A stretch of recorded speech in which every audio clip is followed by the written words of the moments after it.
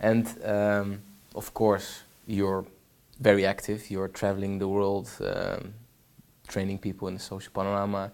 You're also connected to the Institute of Eclectic Psychology here in Holland. What are the things that you are planning to do for the future? So, are there any developments you're working on, or any thoughts on where NLP is going? Can you elaborate a little bit on?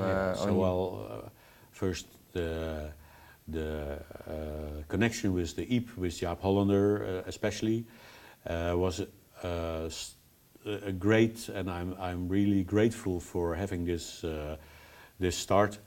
I was already training NLP before this connection, so I was not a novice in NLP training when I started to train for the EAP. But I must say that us working together, being creative together, we had, let's say, maybe 10 years or that we were really a great creative team, and I still love that and to think about it. And then, we went more for ourselves. Yeah. But for my project at the future, what I'm thinking of more is,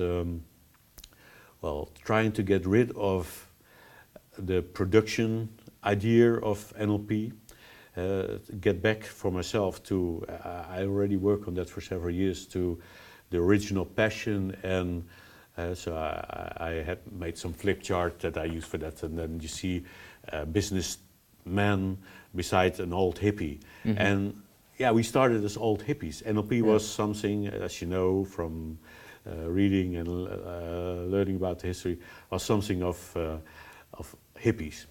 And I was such a hippie too.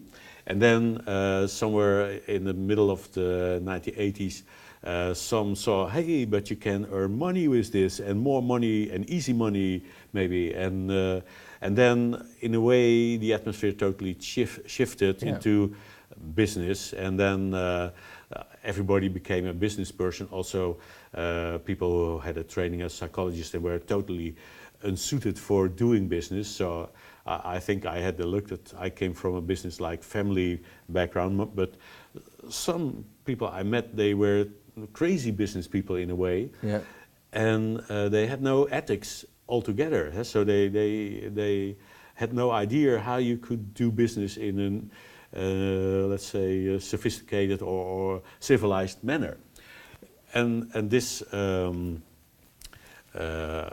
infested NLP, I think. And so for me, myself, is try to get back to where it was, to me, all about. And you mean the discovery, the development, finding the out unfolding of patterns. Finding out about people, and then also see where. So my development is to become more disloyal to NLP, because I think NLP was disloyal to me. So not that NLP did something wrong to me, but in briefest I could say that I've been proclaiming many years NLP, Bender and Grinder, they started off this is genius idea, and then I found out that when you develop something yourself, like many people in NLP did, from these originators there was no support whatsoever. So Robert Dilts is the best example that he did so much for NLP, and then when you see how the response of Grinder, for instance, to him is, and Bendler, I don't know whether he has any response to him, but that's not supportive at all. So he has been a loyal supporter to them, but they are not supporting, to me, the way I see it, follow up. So that means that you should see NLP in the way that we have learned that original NLP developed is history. So and the connection with that, you don't know, because I'd say for instance, I've said that many years the Social Panorama is part of NLP, But I can say that. But maybe Grinder or Bendler or who else, Robert Dilts, when they are interested in it, so because I doubt that anybody in the United States is really interested in it, there are only a few people, but then will they regard it as NLP? No, probably not. So to develop NLP, you need to see that as history, and then go based on this tradition your own way. Yeah, and develop your own things and expand it. Yeah. And you can honor NLP by saying, well, I work on the base of this. But one of the things, for instance, is that Bendler, when he started with submodalities, he said, these are idiosyncratic patterns.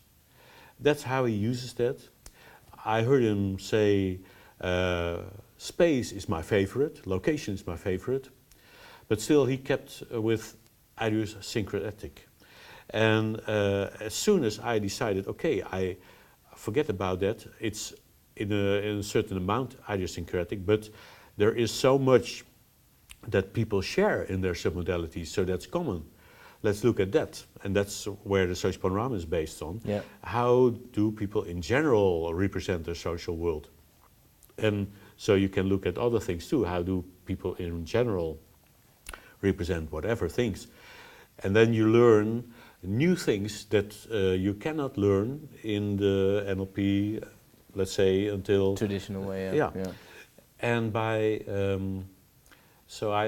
and that's what I do. So I started what I now call mental space psychology, which I see as a continuation of this tradition, but it includes also other approaches that deal with mental space, with space, like constellation work or clean space or whatever method, sandbox drama or something like this.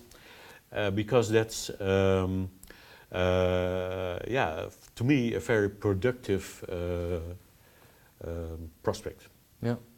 And as a final question, where do you see NLP as a field moving towards in the future? Yes. Well, where would you like it?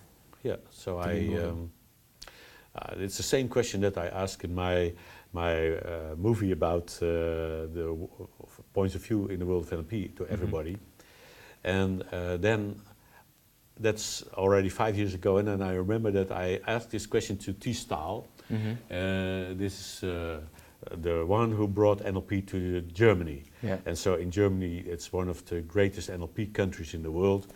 And he said, well, I don't mind whether NLP will continue under that name or not. And then I was really shocked because I saw this disloyalty. You should see a big future for NLP. But that doesn't mean that he didn't thought that there would be a future for the technology and everything that NLP, let's say, was producing. But maybe the field of NLP cannot develop so much anymore because I think it develops in the let's say in the wide. So it's more and more institutes and more people doing it, but not so much in the depth. Yeah. So the depth is difficult with the NLP that we have. So when you develop something. So this is difficult, and so I think that maybe more people like me who, and maybe many young people who are, let's say, skilled in NLP. I think I'm skilled in NLP, and I know what it's about. But that when you become creative, you need to, let's say, step out of it, still recognize it as your. Let's say as the womb, from where are the psychologists or the person you are, but then you need also freedom. So for that, freedom for development. Yeah. Lucas Derks, thank you so much for this interview. Yeah, thank you so much. It was a delight. Thank you. Thank you so much.